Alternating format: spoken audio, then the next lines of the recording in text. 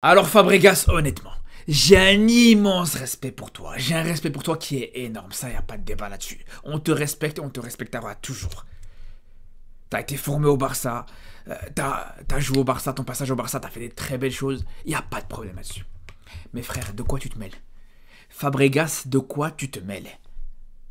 Qu'est-ce que ça peut te foutre que le petit Hassan Diao, il joue pour le Sénégal, qui joue pour le Malawi, qui joue pour la Bolivie, qui joue pour le Venezuela ou qui joue pour l'Espagne? Qu'est-ce que ça peut te foutre à toi?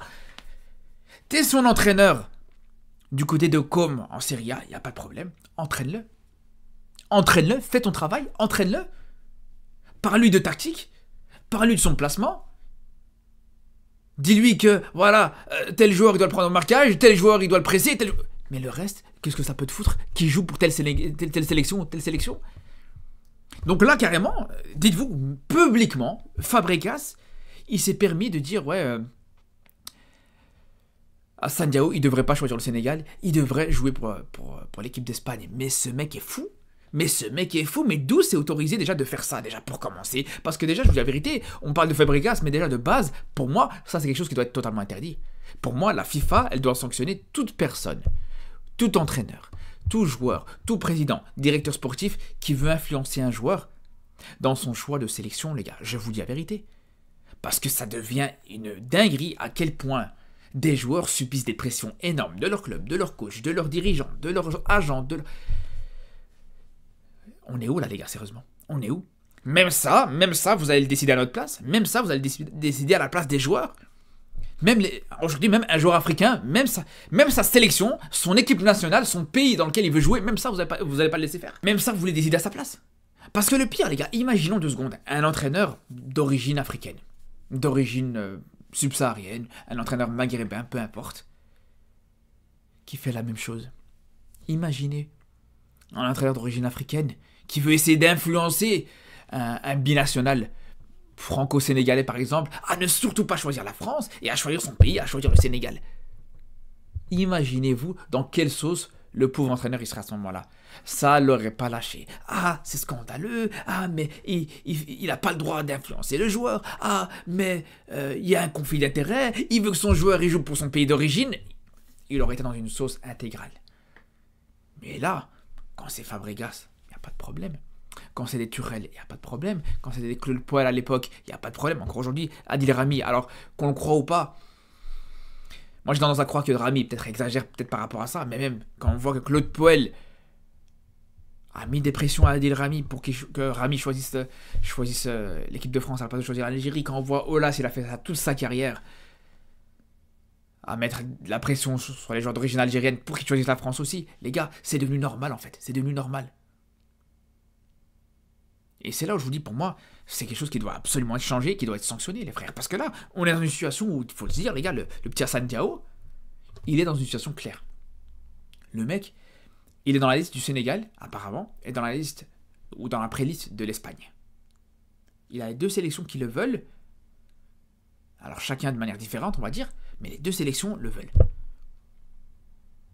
Donc s'il y en a un aujourd'hui qui doit prendre cette décision, c'est ni Fabregas, c'est ni Pape Thiaw, c'est ni peu importe n'importe qui d'autre, c'est juste le joueur lui-même.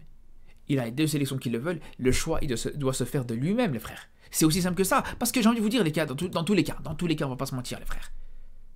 Même s'il joue pour telle ou telle sélection, même s'il joue pour le Sénégal par exemple, mais que, voilà, il va jouer à contre-cœur, que ça va être un choix par défaut, ou qu'il va jouer pour l'équipe d'Espagne, pour la Rora, alors que, là aussi, c'est parce qu'il a été contraint ou quelque chose d'autre. Franchement, qu'est-ce que t'as à gagner juste derrière?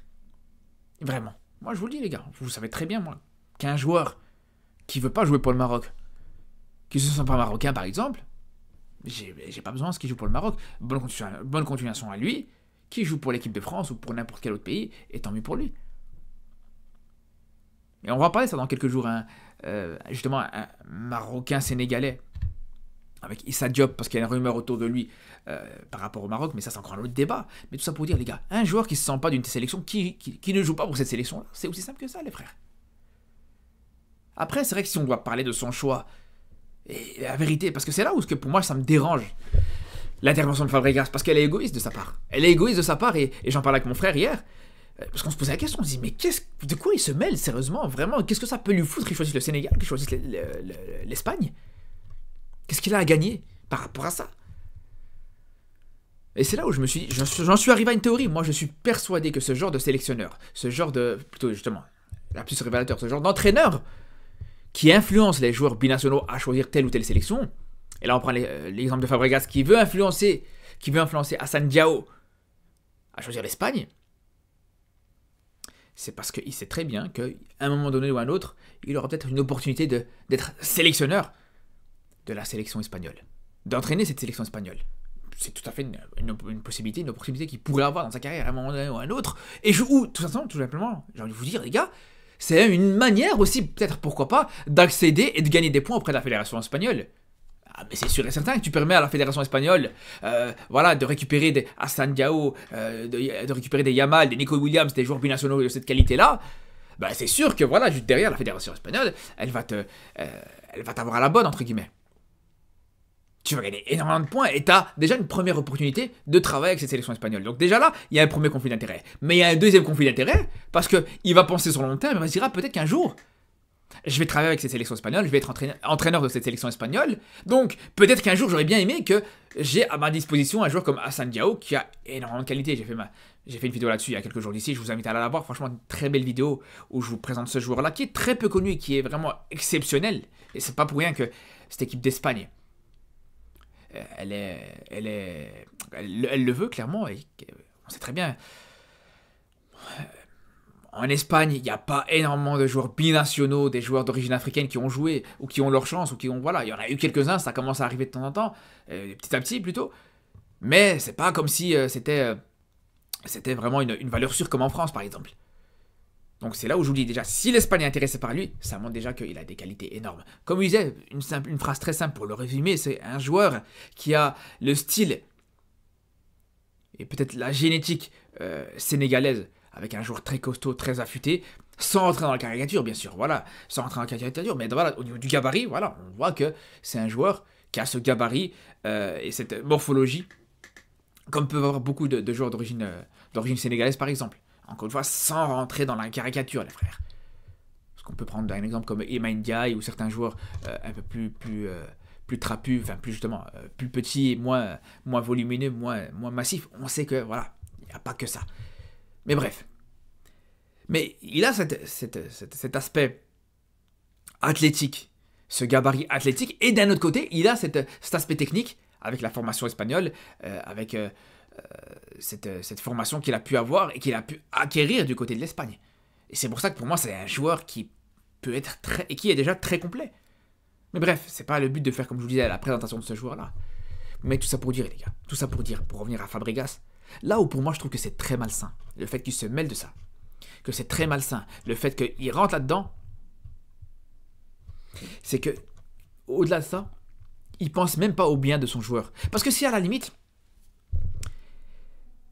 sans vouloir prêcher pour la paroisse africaine, et vous allez me dire, ouais, je défends le football africain, mais si à la limite, il avait fait le choix inverse, enfin, il avait plutôt incité à faire le choix inverse, ça aurait été plus compréhensible. Ça aurait été plus compréhensible parce que déjà, premièrement, on sait qu'à ce moment-là, Fabregas n'aurait eu aucun conflit d'intérêt, parce qu'il a absolument rien à gagner à ce que Hassan Diao choisisse le Sénégal.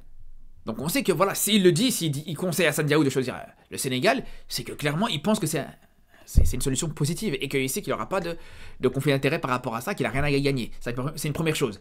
Et deuxième chose, le fait de lui conseiller sur le Sénégal, c'est qu'aujourd'hui, si on parle que de l'aspect sportif, et qu'on compare les deux situations sportives, les deux équipes, la sélection espagnole et la sélection sénégalaise, on sait très bien que le projet sportif qui pourrait être proposé à Hassan Diao et aux joueurs de Fabregas, là, aujourd'hui, c'est là où je comprends pas la situation et la mentalité de Fabregas.